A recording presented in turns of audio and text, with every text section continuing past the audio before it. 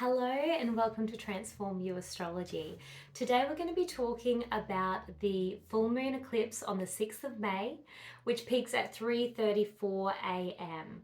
Now another eclipse, they usually come two in a row. We've been in this real portal the last couple of weeks of really creating change, of starting this next chapter. So you may have had a bit of a bumpy couple of weeks, or if you've been doing your work. I've seen a lot of clients that have just broken through those hardships and are just shining bright and loving this new outlook that they have on life through these eclipses. So this one is in Scorpio, and Scorpio is a sign that is about the depths. It might be that you come across some deeper information about what you've been learning about life. It could be that it's actually uncovering a lot of things that are kept underneath the surface that may have been blocking you from reaching your greatest potential. Or it may be unsurfacing like secrets and things that have been hidden and not spoken about. And it may be this time where these conversations need to happen and these things need to come up to be released and to be let go of. That is another Scorpio word of letting go. Are you willing to let go of that stuff that keeps you really heavy and really that feeling of kind of like drowning when you're really emotional with it?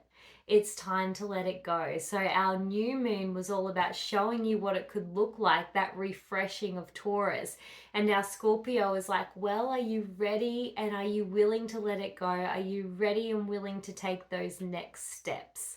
So as I explained, eclipses are kind of like a stage show, and it's like one scene is ending and a new one is beginning. So this might be this really pivotal time. Eclipses are really powerful energies that it almost feels like there's a few full moons all in one. It can be that potent.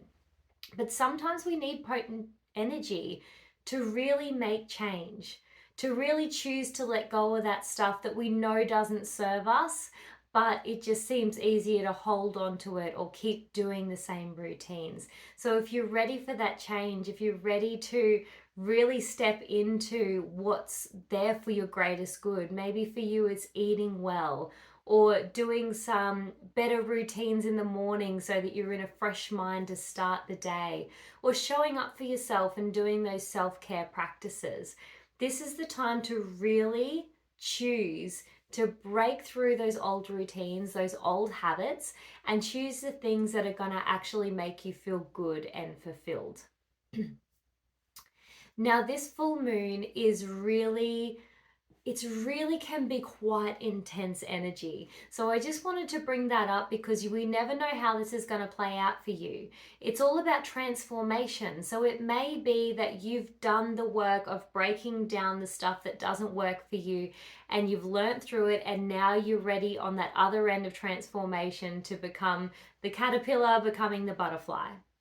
Maybe you haven't been working on this stuff. Maybe you haven't seen the signs, or maybe it wasn't the right time for it to come up, but now it is. So it may be that you have these intense things come up over the weekend.